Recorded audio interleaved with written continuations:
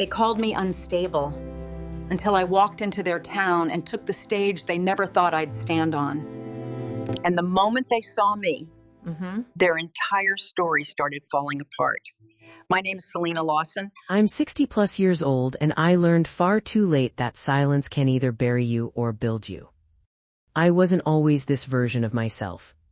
The woman standing on that stage, composed, respected, untouchable, she didn't exist back then.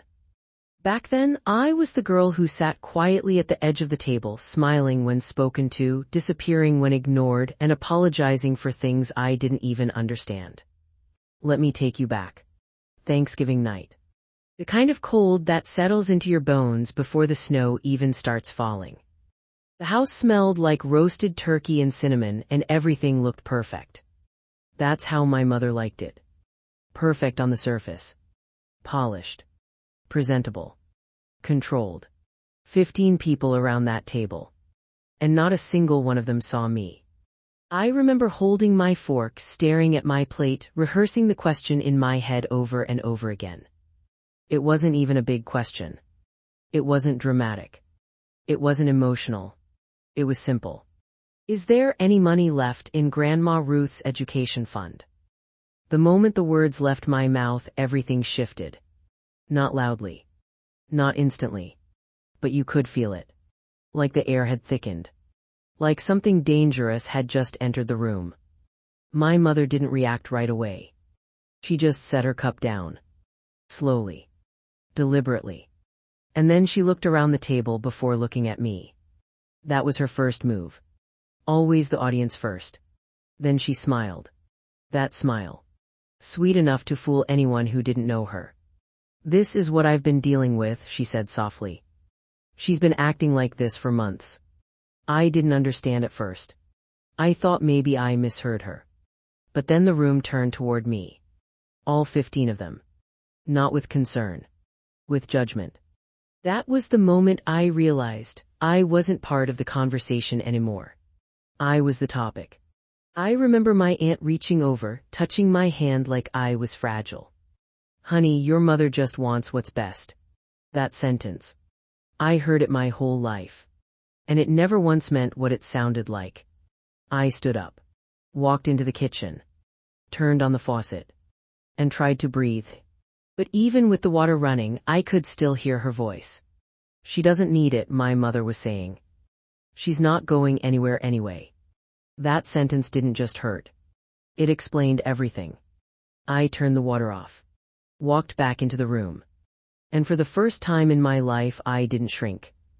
That money was mine. My voice was steady. Even though my hands weren't. She left it for me. My mother tilted her head. Like she was studying me. Like I was a problem she needed to solve. You're being dramatic, Selena. There it was. The label. The script. The role I was supposed to play. But something inside me snapped. Not loudly. Not violently. Just permanently. Because in that moment, I realized something I had never allowed myself to fully see. They weren't misunderstanding me. They were rewriting me. 10 minutes later, I was upstairs, packing a suitcase with shaking hands. I didn't cry. That's the part people always expect. But I didn't. I felt clear. Like I had finally seen the truth, and there was no way to unsee it. When I came downstairs, no one stopped me. Not my father. Not my brother. Not my sister. Not one person said wait. The only voice that followed me to the door was my mother's. If you walk out that door, don't bother coming back. I paused for half a second. Not because I was reconsidering. But because I wanted to remember exactly how it felt. That moment. That final line. Then I opened the door. And I left. The snow had started falling. Soft. Silent. Indifferent. Just like everything else. I had $200 in my pocket. One suitcase. And nowhere to go. And somehow that was the freest I had ever felt in my entire life. Because for the first time, I wasn't living inside someone else's story. I was walking into my own. And I had no idea how hard that road was going to be. Or how far it would take me. Or that 7 years later. The same people who watched me leave would be the ones begging me to come back. Not because they missed me, but because they needed something. And this time, I wasn't the girl at the table anymore. The first night on that bus, I didn't sleep. Not because I couldn't, but because I was afraid if I closed my eyes, I'd wake up back in that house, sitting at that table, hearing her voice again. So I stayed awake, watching the window, watching my old life disappear mile by mile. Cornfields turned into highways, highways turned into mountains, and somewhere in between, I realized something that scared me more than anything else. No one was coming after me. No calls. No messages. No one asking where I was. It hit me somewhere around 3 a.m. when the bus stopped at a gas station outside Omaha. Everyone else got off, stretched, grabbed coffee, laughed. I stayed in my seat, holding that small wooden box in my lap, the one my grandmother left me. I hadn't opened it yet. I couldn't. Because opening it meant accepting she was really gone. And she was the only person in my family who ever saw me. A woman sat down next to me when the bus started moving again. Older. Kind eyes. She didn't ask questions. Didn't try to start a conversation. She just unwrapped a sandwich, broke it in half, and handed me one side. I didn't even say no. I just took it. Because I hadn't eaten since the day before. And something about the way she handed it to me. No pity. No curiosity. Just quiet understanding. It broke something in me. I ate it in 3 bites. And tears just started falling. She didn't look at me. Didn't ask why. She just reached into her bag, handed me a napkin, and stared out the window. And in that moment, I understood something that would stay with me for the rest of my life. Strangers will sometimes give you more kindness in 10 seconds than family gives you in 20 years. When I reached Portland, it was raining. Not dramatic rain. Not storming. Just steady. Endless. Like the city itself was breathing slowly. I stepped off that bus with my suitcase and that box, and for a second I just stood there. No plan. No home. No idea what came next. Just quiet.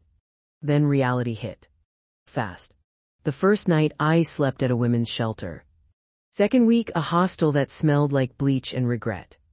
I had no credit. No references. No safety net. Every form I filled out had a section for emergency contact. I left it blank. Every time. Because I didn't have one. And that hits differently when you're sick. Or scared.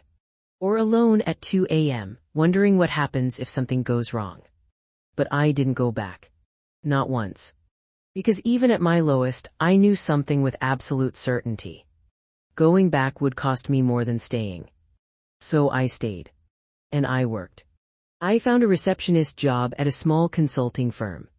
8 people. Old building. Creaking floors. Nothing impressive. But it was mine.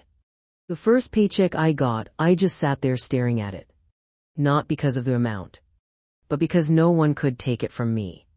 No one could rewrite it. No one could say I didn't deserve it. It was mine. And that feeling. It was addictive. I started noticing things. Small things. Files that didn't make sense. Systems that were messy. Processes that could be better. No one asked me to fix anything. But I did anyway. Because for the first time in my life, fixing something actually led somewhere. One Friday, my boss Margaret stopped at my desk. Looked at the filing system. Looked at me. "You did this." I nodded. She didn't smile. Didn't praise me. She just pulled up a chair and said something that changed everything. "Tell me what else is broken." That sentence. No one had ever asked me that before. Not in a way that meant you can fix it. So I started talking. And she listened. Really listened. Within 6 months, I wasn't answering phones anymore. I was managing projects. Within a year, I enrolled in college again. Online. Night classes. No loans. I paid for everything myself. Slowly. Painfully. But consistently. There was no big moment. No sudden success.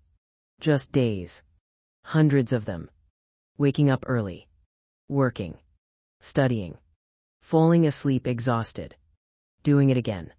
And again. And again. Until one day I looked up and realized I wasn't surviving anymore. I was building something. Something real. Something mine. And the voice in my head, the one that used to sound like my mother. You're not enough. It got quieter. Not overnight. But slowly. Like a radio losing signal. Until one morning I woke up and it was just gone. That's when I knew. I wasn't that girl anymore. I wasn't the problem. I never was. Years passed. Promotions came. Responsibilities grew. I built a life that didn't depend on anyone who had once made me feel small. And then Jess walked into my life. She was sharp. Funny. And she saw through everything. 3 weeks after she started working with me, we were sitting in my office eating takeout after a late night. She asked me something simple. Why don't you ever talk about your family? I froze for a second. Because I had gotten so used to not saying it out loud that it almost didn't feel real anymore. But then I told her. Everything. The dinner. The money. The lies. The silence. The door. She listened. Didn't interrupt. Didn't try to fix it. And when I finished, she just nodded. Mine told people I died. I stared at her. She shrugged. Car accident, easier than explaining I'm gay. And just like that, something shifted again. Because for the first time, I wasn't the only one. That night, she pointed at the wooden box on my shelf. You're gonna open that or just keep staring at it forever. I laughed. But she didn't. So I opened it. And everything changed. Inside was a letter. From my grandmother. And the moment I read it, I realized something that shook me deeper than anything that had happened before. She had known. Everything. And she had been waiting for me to leave. That's when I understood. I hadn't broken the family. I had escaped it. And everything I built after that wasn't luck. Wasn't coincidence. It was proof. Proof that the version of me they created was never real. And 7 years later, they were about to find that out the hard way. The letter didn't just sit in my hands, it sat in my chest. Heavy. Unavoidable. Like a truth I had spent years circling without ever touching. I read it once. Then again. Then a third time slower. Every word sinking deeper. If you're reading this, it means you had the courage to leave. Courage. That word didn't belong to me back then. Back then I thought I ran. I thought I failed. I thought I couldn't handle it. But she didn't see it that way. She saw it as courage. And that rewired something inside me. Because if leaving wasn't weakness, then everything they said about me started to fall apart. Piece by piece. Right there on my bedroom floor. Jess didn't say anything while I read. She just leaned against the doorframe, arms crossed, watching me process something she understood without needing to hear. When I finished, my hands were shaking. Not from fear. From clarity. There's more, I said quietly. She raised an eyebrow. I flipped the letter over. Postscript. The education fund. My heart started pounding before I even finished reading. She left instructions with her lawyer, separate accounts, separate signatures. Jess stepped closer. And I swallowed. And my mom couldn't have legally touched it. Silence. Not the uncomfortable kind. The kind that sharpens everything. She forged it, Jess said flatly. I nodded. There it was. Not a misunderstanding. Not a family decision. Not a gray area. Theft. And worse than that. Betrayal with intention. Because she didn't just take the money. She made me look crazy for asking about it. That realization didn't make me cry. It made me still. Cold. Focused. Because for the first time I wasn't guessing anymore. I knew.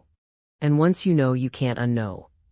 I didn't do anything about it right away. No lawyer. No confrontation. Because by then, I had already built something bigger than $12,000. But the truth mattered. Not for revenge. For alignment. For understanding exactly what I had walked away from. And exactly why I would never go back the same way. Years passed. And life kept moving forward. Promotions. Responsibilities. Growth that didn't feel dramatic in the moment but undeniable when you looked back. Until one day Margaret called me into her office. She didn't sit behind her desk. She sat across from me. That was the first sign something was different. "I've been thinking," she said. "Whenever someone starts a sentence like that, your body prepares before your mind catches up.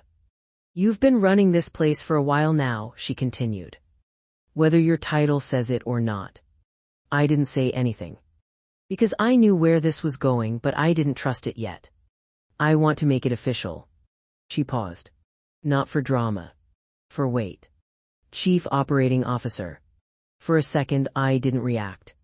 Because that title didn't fit the version of me in my head yet. The girl at the table. The one who got dismissed. Ignored. Rewritten. She didn't become COO. But the woman sitting there. She had. And that disconnect. That's what growth feels like. Not pride.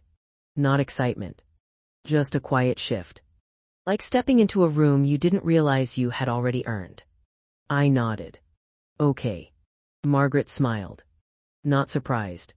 Just satisfied. That night Jess dragged me out for drinks. "You realize what this means, right?" she said, raising her glass. I shrugged. "It means more work." She laughed. "No, it means you won." I shook my head.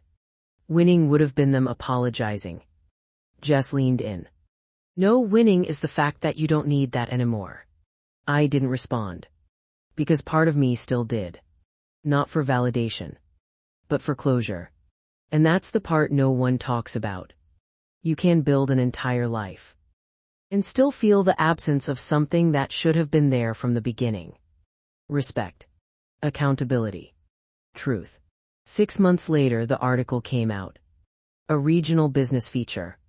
Rising leaders in community development. My name. My photo. My story. Clean. Professional. Polished. No mention of the past. No mention of Ohio. Just the version of me the world could understand without context. We celebrated at the office. Cake. Laughter. Normal things. And for a moment, everything felt complete. Stable. Quiet. Earned. I went home that night, kicked off my shoes, poured a glass of wine, and sat on my couch. Phone in my hand. Scrolling without thinking. Then I stopped. Hovered over the search bar. And for the first time in 7 years, I thought about looking them up. Just to see. Just to know. But I didn't. Because I already understood something most people learn too late. Closure doesn't come from watching people who hurt you. It comes from no longer needing to. So I locked my phone. Set it down. And went to sleep. Peaceful. Uninterrupted. Certain. Until 3 months later. When everything I had left behind came rushing back. Not with apologies. Not with regret. But with 43 missed calls. And the same 2 words over and over again. Help me. That's when I knew. They hadn't changed. They had just run out of options. And this time, I wasn't the girl they could control anymore. I was the woman they couldn't reach. Unless I chose to answer. And for the first time in my life, that choice was mine. I didn't call them back. Not that night. Not the next morning either. I let the phone sit on my desk silent now, like it had finally said everything it needed to say. 43 voicemails. 43 chances to say something real. And not one of them did. That told me everything. Jess came into my office the next day with 2 coffees, set one down in front of me, and studied my face for a second. "You listened to them?" she asked. "All of them." And I leaned back in my chair. "They're exactly the same." She nodded like she expected that. Yahoo people don't suddenly develop self-awareness just because they're desperate. I let out a small breath through my nose. They need something. Of course they do. I picked up the coffee, didn't drink it. They didn't even try to hide it. Jess pulled up a chair across from me. They don't think they have to. That hit. Because she was right. They weren't reaching out carefully. They weren't rebuilding anything. They were continuing the same pattern, just from a different position. Before, I had nothing, so they dismissed me. Now I had something, so they expected access to it. Same mindset. Different angle. I set the cup down. I'm going back. Jess blinked. Back where? Ridgewood. Her eyebrows shot up. For what? I held her gaze. The fundraiser. She leaned back slowly. Oh, not surprise. Recognition. You're really gonna do this? I already said yes. And they're gonna be there. I nodded. They already know I'm speaking. Jess let out a quiet laugh. That's not a reunion, that's a collision. Yay. Silence stretched for a second. Then she leaned forward, elbows on her knees. So what's the plan? I thought about that. Not the speech. Not the logistics. The plan. And that's when I realized something. There isn't one. She frowned slightly. No confrontation, no calling them out. I shook my head. No. Why not? Because I don't need to. That was the truth. Not the defensive kind. Not the forced kind. The calm kind. The kind that comes when you've already done the work. They've spent 7 years controlling the narrative, I continued. I don't have to fight it. Jess tilted her head. Then what are you gonna do? I finally picked up the coffee and took a sip. I'm just gonna tell the truth. 2 weeks later. I was on a plane back to Ohio. And for the first time since I left, I wasn't running. I wasn't escaping. I wasn't looking over my shoulder. I was returning. On my terms. That felt different. Heavier but stronger. The closer I got to Ridgewood, the more details came back. The roads. The signs. The way everything looked exactly the same. Like time had paused there while I kept moving. When I pulled into town, it hit me harder than I expected. Not emotionally. Physically. My chest tightened. My grip on the steering wheel stiffened. Because this place held a version of me that didn't exist anymore. And I wasn't sure how it would feel to stand in it again. The community center was already full when I arrived. Cars lined the street. Lights glowing inside. People moving around, laughing, talking. The same people who had believed every word about me. The same people who had never questioned it. I parked. Sat in the car for a moment. Hands on the wheel. Breathing slow. Steady. Then I said something out loud without even thinking about it. You're not her anymore. And just like that, the tension shifted. I stepped out of the car. Straightened my blazer. And walked inside. The air hit differently. Familiar but distant. Like a memory you can't fully step back into. A volunteer at the front desk smiled at me. Name. Selena Lawson. She glanced down at the list. Then back up at me. There was a flicker of recognition. Not certainty. Just something. Welcome, she said. I nodded. Took the badge. And walked toward the back. From behind the curtain, I could see the room. Tables filled. People talking. And then I saw them. All 4 of them. Same table. Same dynamic.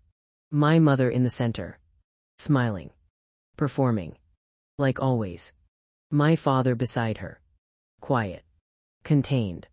Meredith tense. Kyle distracted.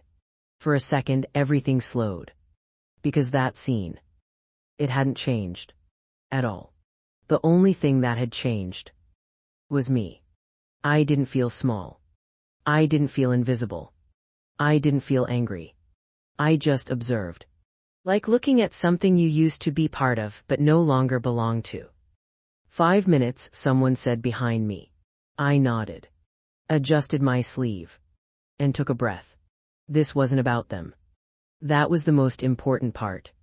This wasn't revenge. It wasn't exposure. It wasn't even closure. It was alignment. Truth meeting reality. When my name was called, I stepped out. The lights hit. The room turned. And for a split second, I saw it happen. Recognition. Confusion. Shock. And then, their table. My mother's face. That moment. The exact second her expression broke. That's the one I'll never forget. Because it wasn't anger. It wasn't even embarrassment. It was something deeper. Something raw. The realization that she had lost control of the story. And there was nothing she could do to get it back. I walked to the podium. Calm. Steady. Unshaken. Adjusted the mic. Looked out at the room. And began. Not as the girl they remembered. But as the woman they never expected. And every word I spoke wasn't just a speech. It was the truth. Finally said out loud. For the first few minutes, I kept it professional. Calm voice. Steady pacing. The kind of speech I had given dozens of times before. Community development. Funding systems. Real impact. Real numbers. I watched them while I spoke without looking like I was watching them. My mother sat perfectly still. Too still. That was her tell. When she couldn't control a situation, she controlled her body instead. My father kept adjusting his glass, not drinking, just moving it. Meredith's eyes were locked on me, like she was trying to figure out if I was real. Kyle avoided looking up entirely. And the rest of the room. They were listening. Actually listening. Not waiting to judge. Not waiting to correct. Just present. That alone felt foreign. Then I reached the part where everything shifted. I paused. Just for a second. Let the room settle. I grew up in a town like this, I said. A few people smiled. Nods. Recognition. I learned early on how powerful stories can be. Silence tightened slightly. They shape how people see you, how they treat you, what they believe about you, even when they've never asked you a single question. Now they were leaning in. Not a lot. Just enough. That kind of storytelling can build communities. I continued, or it can quietly destroy people inside them. No one moved. And I didn't rush. I let that sit. Because truth doesn't need speed. I left my hometown 7 years ago, I said. A ripple went through the room. Subtle. But there. I left with $200 and no plan. I could feel it now. The shift. People connecting dots. Faces turning. Whispers forming but not yet spoken. I didn't leave because I wanted to, I said softly. I left because staying was costing me something I couldn't afford to lose. Now it was heavy. The room. Everything. I didn't look at them. Not directly. I didn't need to. I was told I was unstable. There it was. Out. Simple. Clean. No emotion attached. Which somehow made it hit harder. I was told I needed help. A woman in the second row blinked slowly. Like something just didn't line up anymore. The truth is, I continued, the help I needed was distance. Silence. Complete. Unbroken. Even the people who didn't know me felt it. Because they had seen something like this before. Maybe not here. Maybe not exactly. But enough to recognize it. I built my life from there, I said. Step by step, job by job, day by day. My voice stayed even. No shaking. No cracks. Because this wasn't pain anymore. This was clarity. And somewhere along the way, I realized something. I paused again. Not for effect. For accuracy. I was never the problem. That line didn't echo. It landed. Quiet. Heavy. Permanent. I let a few seconds pass. Then I shifted back. Professional tone. Controlled. Clean. Community isn't just about infrastructure, I said. It's about accountability, it's about truth, it's about seeing people for who they actually are, not who it's convenient for them to be. Now people were looking around. At each other. At my mother's table. Because they were catching up. Finally. And the story they had believed for 7 years was starting to crack. I finished the speech without another direct reference. No names. No accusations. No drama. Just truth placed carefully where it couldn't be ignored. When I stepped back from the podium, there was a moment, a split second, where no one moved. Like the room needed time to catch up to what had just happened. Then someone stood. Then another. Then all of them. Applause filled the room. Loud. Sustained. Real. And I didn't look at my family. Not yet. Because that moment wasn't about them. It was about me finally being seen. When I did look, my mother was still sitting. Hands clenched. Face tight. Eyes locked on me. Not with pride.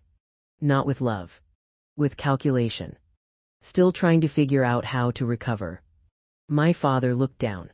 Meredith looked lost. And Kyle. He finally looked up. But not at me. At everyone else. Because for the first time, he realized the audience had changed. And that's when it truly hit them. This wasn't private anymore. This wasn't controllable. This wasn't their story to manage. It was out. In the open. And everyone had heard it. I stepped off the stage. People approached immediately. Questions. Compliments. Confusion. Support. All mixed together. And then the crowd shifted. Because she was coming. My mother.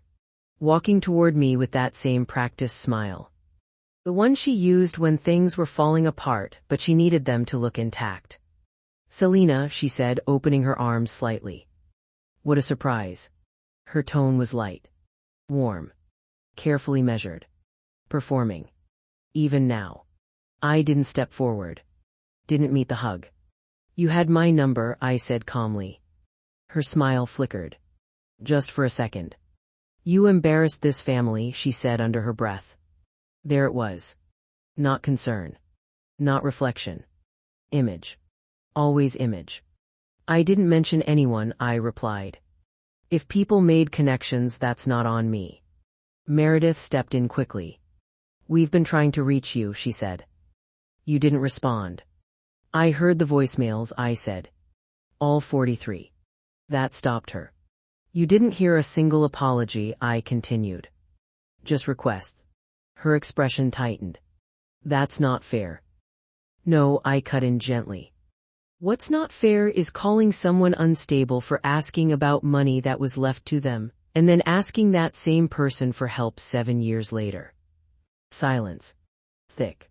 Unavoidable. My father stepped forward slightly. "Selena, maybe we should talk somewhere else." I looked at him. Really looked. And for the first time I saw it. Regret. Too late. But real. "You had 7 years," I said quietly. "And you chose silence." He didn't respond. Because there was nothing to say. Kyle scoffed slightly. "You think you're better than us now?" I met his eyes. "No," I said. "I just stopped believing I was less." That landed harder than anything else. Because it didn't attack. It didn't accuse. It just removed their power. I stepped back. Straightened my blazer. And for the first time in that entire interaction, I felt nothing pulling me toward them. No guilt. No obligation. No need. Just distance. Clean. Clear. Final. "I wish you well," I said. And I meant it. Not as forgiveness. Not as reconciliation. Just release. Then I turned. And walked away. Not fast. Not dramatic. Just steady.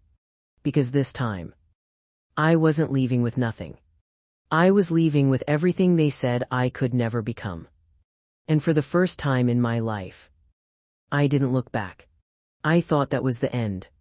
That walking out of that room, leaving them standing there in their own silence, was the final chapter. And for a while it felt like it. I went back to Portland. Back to my routine. Back to meetings, deadlines, decisions, the life I had built piece by piece. But something had shifted. Not in a loud way. Not in a way anyone else could see. Just internally. Like a door that had been closed for years had finally clicked into place. No more questions. No more what ifs. Just certainty. Jess noticed it first. We were sitting in my office late one evening reviewing a proposal when she suddenly leaned back and squinted at me. "You're different," she said. I didn't look up. "How?" "You're quieter." I smiled slightly. "I've always been quiet." She shook her head. "No, not like this. Before, it felt like you were holding something back. Now, it feels like there's nothing left to hold." That was exactly it. And hearing someone else say it out loud made it real in a way I hadn't fully processed yet. "I think I'm done," I said. "Done with what?" I closed the file in front of me. "With needing anything from them." Jess didn't respond right away. She just nodded slowly. "Yeah, that's the final level." I laughed softly. "Final level?" "Yeah," she said, smirking. "Most people never get there." That night I went home, made tea, and sat by the window. Rain tapping softly against the glass. The same kind of rain that greeted me when I first arrived in this city. Only now it felt different. Back then it sounded like uncertainty. Now it sounded like peace. My phone buzzed on the table. I glanced at it. Unknown number. I let it ring. It stopped. Then buzzed again. Same number. I almost ignored it. Almost. But something in me, not curiosity, not obligation, just neutrality, made me pick it up. "Hello." Silence for a second. Then a voice I hadn't heard in years. Not my mother. Not my father. Meredith. Selena. I didn't respond right away. Not to punish her. Just to let the moment settle. Yes. Her breathing was uneven. Like she had been rehearsing this and forgot everything the second I answered. I didn't know if you'd pick up." I almost didn't. That honesty landed. She exhaled shakily. "I deserve that." I leaned back in my chair. Listening. Not reacting. "I'm not calling to ask for money," she said quickly. "Or anything like that." That caught my attention. Because it was the first time someone from that house had said something that wasn't centered on need. She paused, voice cracking slightly. "I just needed to say something before I lose the chance again." Lose the chance. Interesting choice of words. "Go ahead," I said. Another breath. Longer this time. "I knew," she said quietly. My fingers tightened slightly around the phone. "Knew what?" "About the money." The room felt smaller. Not suffocating. Focused. "I saw the paperwork," she continued. "Years ago, I didn't understand all of it, but I knew it didn't look right." I closed my eyes for a second. Not from pain. From confirmation. "And you didn't say anything?" It wasn't a question. "No," she whispered. "Why?" That question hung there. Heavy. Because the answer mattered more than anything she could apologize for. "I was scared," she said. "Of what?" Her voice dropped. "Of her." No need to ask who. I already knew. "And of losing everything," she added. That part I understood. Not agreed with. But understood. Silence stretched between us. Not hostile. Just real. "I watched what she did to you," Meredith continued. "How she changed the story and how everyone believed it." My jaw tightened slightly. And I let it happen. There it was. Not polished. Not defensive. Just truth. And for a moment, I didn't know what to do with that. Because this was different. This wasn't control. This wasn't manipulation. This was someone finally stepping out of the same system I had walked away from years ago. "I'm not asking you to forgive me," she said. "Good," I replied softly. "Because I'm not there." "I know." Her voice steadied slightly. "I just needed you to hear it from me, the truth." I nodded, even though she couldn't see it. "I hear you." Another pause. Shorter this time. Lighter. "Are you okay?" she asked. The question felt strange. Foreign. But not unwelcome. "Yes," I said honestly. "I am." She let out a breath that sounded like relief. "I'm glad." And I believed her. That's what surprised me the most. Not the call. Not the confession. The fact that I believed her. We didn't talk much longer. No dramatic reconciliation. No promises. Just a conversation that should have happened years ago. Before we hung up, she said one more thing. "I'm leaving," she said. I blinked. Leaving. Yeah, I can't stay here anymore, not after everything. I looked out the window. Rain still falling. Steady. Consistent. Good, I said. And I meant that too. Because leaving wasn't failure. It was the beginning. After the call ended, I sat there for a while. Phone in my hand. Mind quiet. And for the first time since that night 7 years ago, I felt something shift in a way I hadn't expected.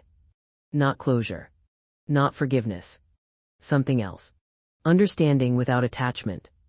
And that's when it finally clicked. Healing isn't about fixing the past. It's about removing its control over your present. A week later, a letter arrived. Handwritten. No return address. I didn't need one. I recognized the handwriting immediately. My mother. I stared at it for a long time, turning it over in my hands, feeling the weight of something that used to define me, now reduced to paper. I didn't open it right away. I made tea. Sat down. Let the moment be intentional. Because whatever was inside that envelope didn't have power unless I gave it some. Then I opened it. Read it once. Slowly. Carefully. Then again. Just to be sure. And when I finished, I folded it neatly, placed it back in the envelope, and set it on the table. No tears. No anger. No reaction. Because the letter wasn't an apology. It wasn't accountability. It was exactly what I expected. Just another version of the same story. Rewritten. Adjusted. Still avoiding the truth. And that's when I realized something that set me completely free. Some people don't change. Not because they can't. Because they don't want to. And that's not your responsibility to fix. I picked up the envelope, walked to the kitchen, and dropped it into the trash. Not dramatically. Not symbolically. Just done. Then I went back to my desk, opened my laptop, and continued working on a project that was going to help hundreds of people build something better. Because that's where my energy belonged now. Not in the past. Not in what could have been. But in what I was creating every single day. And the girl who once sat quietly at that table, hoping to be heard. She finally got her answer. Not from them. From herself. And it was simple. You were never invisible. They just refused to see you. And once you stop needing them to, you realize something powerful. You don't disappear. You rise. For a while, life settled into something steady. Not perfect. Not dramatic. Just real. The kind of real that doesn't need validation. The kind that doesn't shift depending on who's watching. Weeks turned into months. Work expanded. Projects grew. We started partnering with organizations outside the state, then outside the region. The impact got bigger. The responsibility got heavier. And I handled it. Not flawlessly. But consistently. That's what changed. I wasn't trying to prove anything anymore.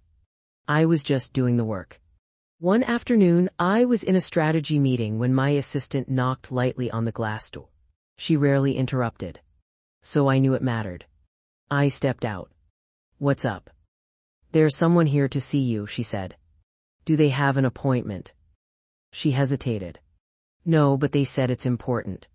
I exhaled quietly. Name. She glanced down at her notes. Ethan Lawson. Everything in me stilled. Not visibly. But internally everything paused. Ethan. My father. For a split second I thought about saying no. Not out of fear. Not out of anger. Just because I didn't owe him anything. But then something else surfaced. Not curiosity. Not hope. Just neutrality. The same place I had been in since that night with the letter. Send him in, I said. I walked back into my office. Closed the door. Stood by the window for a moment, letting myself settle. Then I turned. And there he was. Standing in the doorway like he didn't belong there. Because he didn't. Not anymore. He looked smaller. Not physically, but in presence. Like the space around him no longer bent in his favor. Selena, he said. His voice was careful. Measured. Like every word had been rehearsed. Dad, I replied. No warmth. No hostility. Just acknowledgement. He stepped in slowly. Closed the door behind him. His eyes moved around the room, taking everything in. The office. The view. The life. This is impressive, he said quietly. Thank you. Silence. He shifted his weight slightly. Hands clasped in front of him. Then unclasped. Then clasped again. I wasn't sure you'd see me. I wasn't sure either. That honesty landed between us. Heavy but clean. He nodded. Like he accepted that. I won't take much of your time, he said. That's up to you. Another pause. Longer this time. Then he finally said it. She's sick. I didn't react. Not because I didn't hear him. Because I had expected it. Your mother, he added unnecessarily. I understood. He swallowed. It's serious. Silence. I walked to my desk. Sat down. Gestured for him to sit across from me. He did. Slowly. Like even that felt uncertain. What do you need from me? I asked. Straight. Clear. No room for misinterpretation. He blinked. Caught off guard. I'm not here to ask for money. That was the second time I'd heard that. And somehow it still surprised me. Then why are you here? His eyes dropped to his hands. Then back up to me. She's been asking for you. Of course she has. I didn't say it out loud. But it sat there between us. Unspoken. She wants to see you, he continued. And you? That question caught him. He hesitated. I think it would mean a lot to her. That's not what I asked. He exhaled slowly. Then finally met my eyes. I don't know what I want, he admitted. That was the most honest thing he had said so far. And I could feel it. Not polished. Not strategic. Just real. I spent 7 years not knowing what to do, he continued. Whether to reach out, whether to stay away, whether I had the right to say anything at all. I listened. Still. Focused. And then I saw you on that stage. His voice shifted slightly. Not emotional. But affected.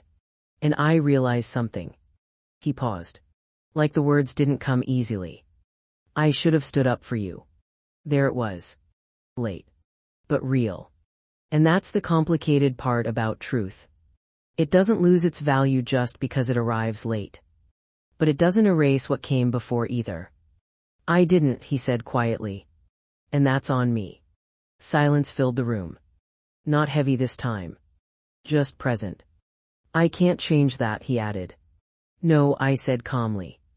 You can't. He nodded. Accepting it. No defense. No excuse. Just acceptance. And I'm not here expecting anything from you, he continued. Not forgiveness, not reconciliation. Good. He gave a small, almost relieved nod. I just thought you should know. I leaned back in my chair. Studying him. Not as my father. As a person. Separate. Flawed. Late. But trying in his own limited way. She's in Ridgewood. I asked. Yes. At home. No hospice. That word landed differently. Final. Not urgent. Not dramatic. Just real. Time had moved. Whether I was there or not. And now it was almost over. You don't have to decide now, he said. I didn't come here to pressure you. I know. Another pause. Then he stood. Slowly. Like he had said everything he came to say. I'll be in town for a couple days, he added. In case you decide. I nodded. He turned toward the door. Stopped. Then looked back at me. I'm proud of you, he said. Simple. No build-up. No expectation. Just said. And for a moment. I didn't know what to do with that. Because that was something I had wanted once. A long time ago. Before I understood it wasn't coming. Now. It felt different. Not meaningless. But not necessary. Take care, I said. He nodded. Then he left. The door closed behind him. And just like that, I was alone again. But not the same kind of alone as before. This time, it was chosen. I sat there for a long time. Not moving. Not thinking in words. Just feeling the weight of a decision I hadn't expected to face. Go or don't go. See her or don't. Not for her. Not for them. For me. That was the difference now. Everything came back to that. What do I need? Not what do they want. Not what's expected. Not what looks right. Just what is true for me. I stood up. Walked to the window. Looked out over the city I had built my life in. The rain had stopped. Clouds breaking. Light coming through in quiet streaks. And I realized something. This wasn't about closure. I already had that. This wasn't about forgiveness. That wasn't required. This was about choice. And for the first time in my life, I had it. The real question wasn't whether she deserved to see me. The question was, did I need to see her? And that answer wasn't immediate. Because some decisions deserve to be made slowly, carefully, without pressure, without noise, just truth. And I was finally in a place where I could hear mine clearly. I didn't decide that day. Or the next. I went to work. Sat in meetings. Answered emails. Reviewed proposals. From the outside, everything looked exactly the same. But underneath, something was shifting. Not pulling. Not pushing. Just unfolding. Jess noticed, of course. She always did. We were sitting in a cafe 2 blocks from the office, the kind of place where nobody rushes you out and the coffee is strong enough to wake up thoughts you didn't know you were avoiding. She stirred her drink, watching me over the rim of her cup. You're going, she said. Not a question. I looked at her. You sound very sure. She shrugged. You don't sit like that unless you've already decided. I glanced down at my hands. Resting still on the table. Not tense. Not clenched. Just settled. I don't know what I'm going for, I admitted. That's okay, she said. Not everything needs a clean reason. I let that sit. Because she was right. For years I needed reasons. Justifications. Clear lines. Right or wrong. Stay or leave. Speak or stay silent. But this wasn't one of those moments. This was something in between. I'm not going for her, I said finally. Jess nodded. I know. I'm not going to fix anything. I know.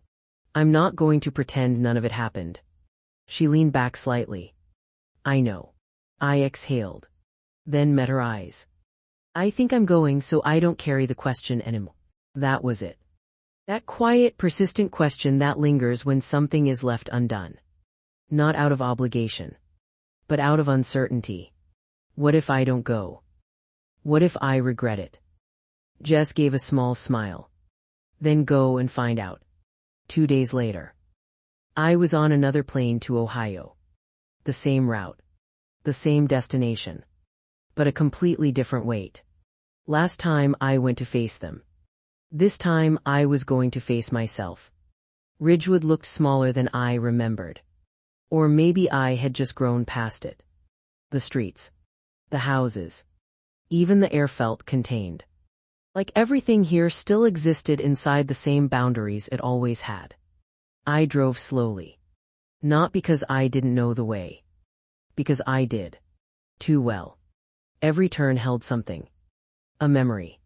A version of me I no longer recognized. The school. The grocery store. The street where I learned how to ride a bike. Pieces of a life that felt distant but not erased. Just no longer mine. The hospice center sat on the edge of town. Quiet. Clean. Almost too peaceful. I parked the car. Turned off the engine. And just sat there. Hands resting lightly on the steering wheel. Breathing. No anger. Just awareness. This is your choice, I said softly. And that mattered. More than anything else. I stepped out. Walked inside. The air was different. Soft. Muted. Like the building itself understood what it held. A nurse at the front desk looked up. "Can I help you?" "Selena Lawson," I said. Her expression shifted slightly. Not recognition of me. Recognition of the name. "She's been expecting you," the nurse said gently. "Of course she has." I nodded. She gave me directions. Room 214. Second floor. End of the hall. Each step felt steady. Not heavy. Not light. Just intentional. When I reached the door, I stopped. Not out of hesitation. Out of respect for the moment. Because once I walked in, there was no version of this that stayed imagined. It would become real. Whatever it was. I knocked lightly. A voice from inside. Weaker than I remembered. But unmistakable. "Come." I opened the door. And there she was. Smaller. Frailer. But still her. My mother. Lying in a bed that made everything around her look too still. Too final. Her eyes met mine. And for a second, neither of us spoke. 7 years. Reduced to a single moment. "You came," she said. Her voice carried something I had never heard before. Not control. Not certainty.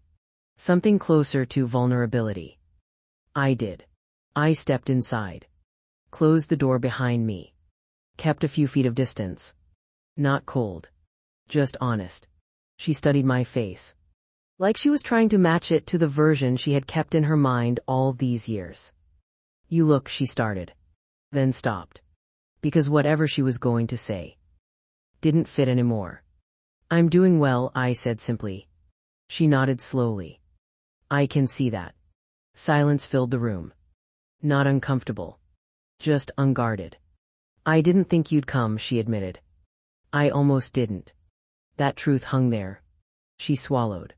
Her hands shifted slightly against the blanket. "We didn't handle things well," she said. That was the first attempt. Soft. Vague.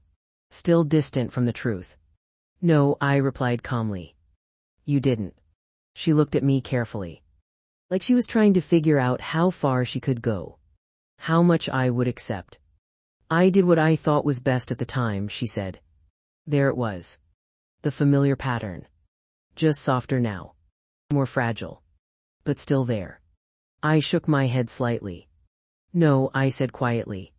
"You did what was best for you." That landed. Not aggressively. But precisely. Her eyes dropped. For the first time, she didn't push back. "I was trying to protect the family," she said after a moment. "By isolating one person from it." She didn't answer. Because she couldn't. And we both knew it. Silence stretched. Longer this time. Then she looked back at me. And something shifted. Not dramatically. Not completely. But enough. "I took the money," she said. Finally. Direct. Clear. No decoration. No excuse attached to that sentence. Just truth. I didn't react outwardly. But inside. Something settled. Not relief. Not satisfaction. Just confirmation. "I know," I said. Her eyes flickered slightly. "You do." "I've known for a while." Another pause. Then she nodded slowly. "I told myself you wouldn't use it properly," she said. "I told myself I was making a smarter decision." Her voice trembled slightly. "But the truth is." She hesitated. And for a second, I thought she might stop there. Stay in that safe space. But she didn't. "I didn't trust you," she finished. That was it. The core of everything. Not love. Not concern. Control. And fear of losing it. I took a breath. Slow. Steady. "That's your loss," I said. Not harsh. Just factual. She closed her eyes briefly. As if the weight of that finally reached her. "I know," she whispered. Silence again. But different now. Less guarded. More real. "I'm not here to fix anything," I said after a moment. "I know. I'm not here to pretend this didn't happen. I know. I'm not here to make you feel better." That one lingered. She nodded anyway. I understand. And for the first time, I believed she did. At least partially. I just needed to see this for myself, I said. To know that I'm not carrying anything unfinished. She looked at me. Really looked. And I could see it. The realization. That this moment wasn't about her. It never had been. I'm glad you came, she said softly. I nodded. Not because it gave her comfort. Because it gave me clarity. We didn't talk much after that. There were no dramatic apologies. No emotional breakdowns. No sudden transformation. Just truth. Sitting in the room. Unavoidable. Unchangeable. Real. After a while I stood. She watched me. Not trying to stop me. Not trying to hold on. Take care of yourself, she said. I paused. Looked at her. And for a moment, I saw her not as my mother. Not as the person who controlled everything. But as a human being. Flawed. Limited. Unable to give what she never had. You too, I said. And I meant it. Not out of obligation. But out of understanding. Then I turned. Walked to the door. Opened it. And stepped out. No wait. Nope. No unfinished business. Just done. As I walked down the hallway, something inside me felt lighter. Not because anything had been fixed, but because nothing needed to be anymore. Outside the air felt different. Fresh. Open. Like the world had expanded just a little more. I got in my car. Sat for a moment. Then started the engine. And as I drove away from that place, I didn't feel like I was leaving something behind. I felt like I was stepping fully into something I had already built. A life. A self. A truth that didn't depend on anyone else's version of it. And that's when I understood something completely. Closure isn't something someone gives you. It's something you take when you stop waiting. And as the road stretched out in front of me. Clear. Open. Uncertain in the best way. I smiled. Not because everything was perfect. But because for the first time in my life, everything was mine. The drive back to the airport felt quieter than the one that brought me there. Not because the town had changed. It hadn't. Same roads. Same houses. Same corners holding the same old memories. But they didn't reach for me anymore. That was new. I stopped at a gas station on the edge of town. The same one our family used to pass on road trips. I hadn't planned to stop. My hands just turned the wheel. Inside nothing had changed. Same buzzing lights. Same worn floors. Same tired coffee machine in the corner. I grabbed a bottle of water, walked up to the counter and set it down. The cashier looked up. Older man. Late 60s maybe. He squinted for a second. Then his eyes widened just slightly. You're Lawson's girl, right? There it was. That label. The one that used to define me before I even spoke. I met his gaze. Used to be, I said calmly. He nodded slowly. Like he didn't quite know what that meant, but he felt the difference. I saw you the other night, he said. At the center. I didn't respond right away. Not out of discomfort. Just letting him finish.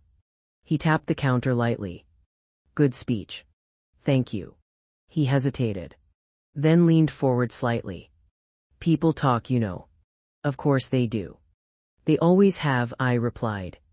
He gave a small, almost embarrassed smile. Yeah, well, not like before. That caught my attention. Things shifted, he added. I studied his face. Not looking for approval. Just observing. How? I asked. He shrugged. People started asking questions about what really happened. A pause. Some folks realized they never actually heard your side. I let that sit. Because that was the part that mattered. Not that opinions changed. That people finally questioned the version they were given. That's good, I said simply. He nodded. Yeah, it is. He rang up the water. I paid. Took the receipt. And as I turned to leave, he said one more thing. For what it's worth, not everyone believed it back then. I looked back at him. He held my gaze. Some of us just didn't speak up. I nodded once. I know. And I did. That's the part people don't talk about enough. It's not just the ones who create the narrative. It's the ones who stay silent around it. But I didn't carry that anymore, because silence was no longer something I needed to fight. I stepped outside. The sky had cleared. Completely. Blue stretching wide above a town that once felt like a cage. Now it just looked small. I got in my car and drove toward the highway. No hesitation. No second thoughts. Just forward. Back in Portland, life didn't pause for my clarity. It never had. Emails were waiting. Meetings scheduled. Deadlines moving whether I was ready or not. And I stepped right back into it. But something subtle had changed in how I moved through it. I spoke a little more directly. Paused a little less. Second-guessed almost nothing. Not because I had all the answers, but because I trusted myself to handle whatever came. That trust. That was new. A week later, Margaret called me into her office again. Same chair. Same calm presence. But this time her tone was different. An opportunity came up, she said. I leaned back slightly. Listening. There's a national advisory board forming, she continued. Urban development, community policy, big scale. I nodded. Okay. They asked for you. That made me blink. Not dramatically. Just enough. Me. She smiled slightly. You. I let out a quiet breath. Why? Because you don't just understand systems, she said.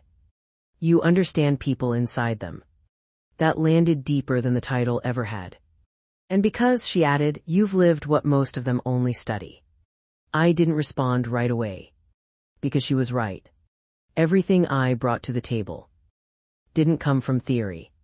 It came from experience. From being the person overlooked, misunderstood, rewritten, and choosing to build anyway. When do they need an answer? I asked. Soon. I nodded slowly. I'll do it. No hesitation. No overthinking. Just yes. Because I wasn't waiting for permission anymore. That night, Jess showed up at my place with takeout and 2 bottles of wine. Celebration, she announced. For what? She raised an eyebrow. For you finally acting like the person you already are. I laughed. Is that what I'm doing? Yeah, she said, handing me a glass. You stopped asking for space and started taking it. We sat by the window again. Same spot. Same rain starting to tap lightly against the glass. You ever think about them? She asked casually. I considered that. Sometimes. And I shrugged. They don't feel essential anymore. Jess nodded. Good. They're part of the story, I added. Just not the main part. She smiled. That's exactly where they belong. I took a sip of wine. Let that settle. Because for years they had been the center. Every decision. Every thought. Every doubt. Orbiting around something I never actually controlled. Now. They were just background. Context. A chapter. Not the whole book. A few days later, I got a message from Meredith. Short. Simple. I left. I stared at it for a moment. Then typed back. Good. A minute passed. Then another message. Thank you for answering the call. I didn't overthink my response. You answered yours too. 3 dots appeared. Disappeared. Then nothing. And that was enough. Weeks turned into months again. The advisory role expanded my world even further. New cities. New conversations. New challenges. And with every step, I felt more aligned with the life I had built. Not chasing it. Not proving it. Just living it. One evening, after a long day, I found myself back at my desk alone, quiet office, city lights stretching out beyond the window. I opened a drawer I hadn't touched in a while. Inside was the wooden box. My grandmother's. I hadn't opened it since that night with Jess. Carefully, I took it out. Set it on the desk. Ran my fingers along the edges. Then opened it. The letter was still there. Folded neatly. Exactly where I left it. I read it again. Not searching for answers this time. Just remembering. Remembering the one person who saw me clearly before I even saw myself. And as I folded the letter back up, something clicked in a way it hadn't before. She didn't just leave me money. She left me perspective. She saw what was happening and trusted that one day I would too. And she was right. I closed the box gently, sat back in my chair, and looked out at the city. Alive. Moving. Full of stories I would never fully know. Just like mine. And for the first time, I didn't feel like I had escaped my past. I felt like I had integrated it. Taken what mattered. Left what didn't. And built something stronger because of it. No bitterness. No need to rewrite anything. Just clarity. And as the lights flickered across the skyline, I realized something simple. The life I have now isn't something I got after everything that happened. It's something I created because of it. And that difference changes everything. A few months later, I got the call. Not dramatic. Not late at night. Just a quiet Tuesday afternoon, right in the middle of a planning session. My phone buzzed once on the table beside me. I glanced at it. Meredith. I excused myself, stepped out into the hallway, and answered. Hey. There was a pause on the other end. Not the kind filled with hesitation. The kind filled with arrival. She's gone, Meredith said softly. No build-up. No explanation. Just the truth. I leaned back against the wall. Closed my eyes for a second. Not from shock. Because I had been expecting it. Okay, I said quietly. Meredith exhaled. I could hear something in it, not just grief. Release. It was this morning, she added. Peaceful. I nodded, even though she couldn't see me. I'm glad. And I meant that. Because whatever she had been, whatever she had done, no one deserves to leave in chaos. We stood there in silence for a few seconds. Not uncomfortable. Just acknowledging. There's going to be a service, Meredith said. Small, mostly local. I listened. You don't have to come, she added quickly. I just thought you should know. That was different. No expectation. No pressure. Just information. Thank you, I said. We didn't say much else. Because there wasn't much left to say. When the call ended, I stayed there for a moment. Phone still in my hand. The hallway quiet around me. And I waited for something to hit. Grief. Anger. Relief. Something. But what came instead was stillness. Not empty. Not numb. Just still. Because the truth is, I had already processed losing her. Years ago. When I walked out that door. When she chose control over connection. When she let the story replace the relationship. That was the loss. This was just the ending of it. I went back into the meeting. Sat down. Picked up right where I left off. And that might sound strange to some people. But to me, it felt right. Life doesn't always pause for endings that already happened. That evening, I went home earlier than usual. Not because I was overwhelmed. Because I wanted quiet. I made tea. Sat by the window. The city moving like it always did. Unaffected. Unaware. And I thought about her. Not the version people saw. Not the version she tried to present. Just her. Flawed. Controlling. Afraid in ways she never admitted. And I realized something I hadn't fully allowed myself to think before. She didn't know how to love me without controlling me. And when she couldn't control me anymore, she chose distance. Not because I wasn't worth loving, but because she didn't have another way to do it. That doesn't excuse anything, but it explains it. And sometimes understanding is more freeing than forgiveness. A few days later, I received another letter. This one from Meredith. Inside was a simple note and a photograph. The note read, "She kept this in her drawer, I thought you should have it." I picked up the photo. Old. Slightly faded. It was me. Maybe 8 years old. Standing in the backyard. Holding something I couldn't even remember now. Smiling. Not the polite smile. Not the careful one. A real one. Open. Unfiltered. I stared at it for a long time. Because that girl. She existed. Before everything got complicated. Before narratives. Before control. Before I learned to make myself smaller. And suddenly I understood why Meredith sent it. Not for nostalgia. For recognition. To remind me that who I became wasn't something I created from nothing. It was something I returned to. I placed the photo on my desk. Next to the wooden box. 2 pieces of my past. One that saw me clearly. And one that reminded me who I was before I needed to be seen. Weeks passed. Then the service came and went. I didn't attend. Not out of avoidance. Out of alignment. I had already said what I needed to say. Seen what I needed to see. There was nothing there for me anymore. And choosing not to go didn't feel like loss. It felt like completion. Life continued. As it always does. Projects grew. The advisory board expanded my reach. Conversations shifted from local impact to national influence. And through all of it, I carried something different now. Not weight. Not history. Just awareness. Of where I came from. Of what I moved through. Of who I chose to become.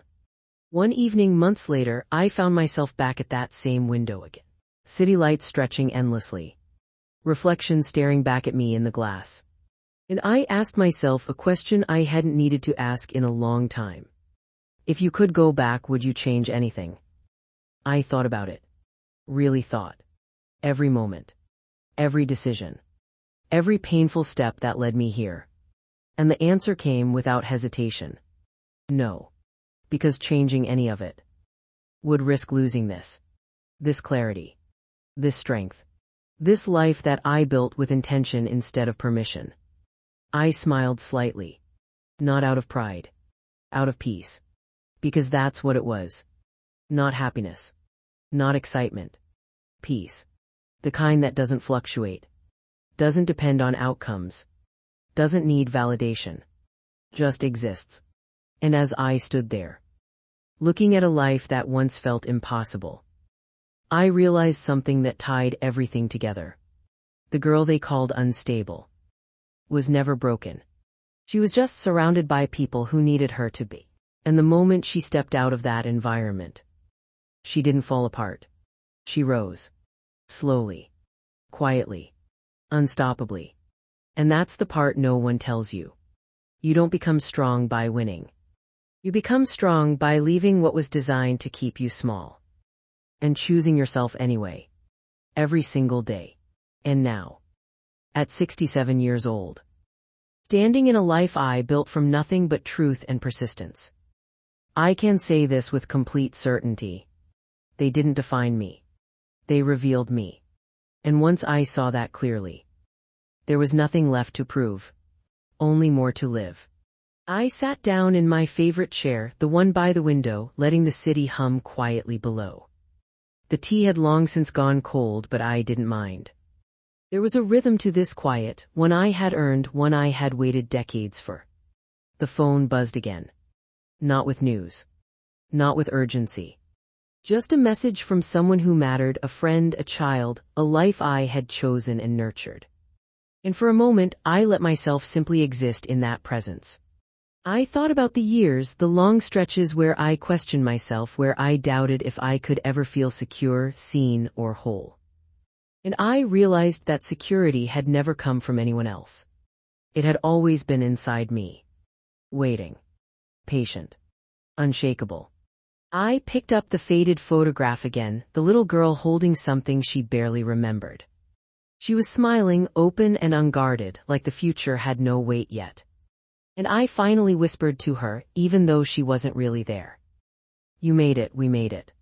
And in that simple acknowledgement, years of tension, grief, and uncertainty folded in on themselves, leaving nothing but quiet clarity.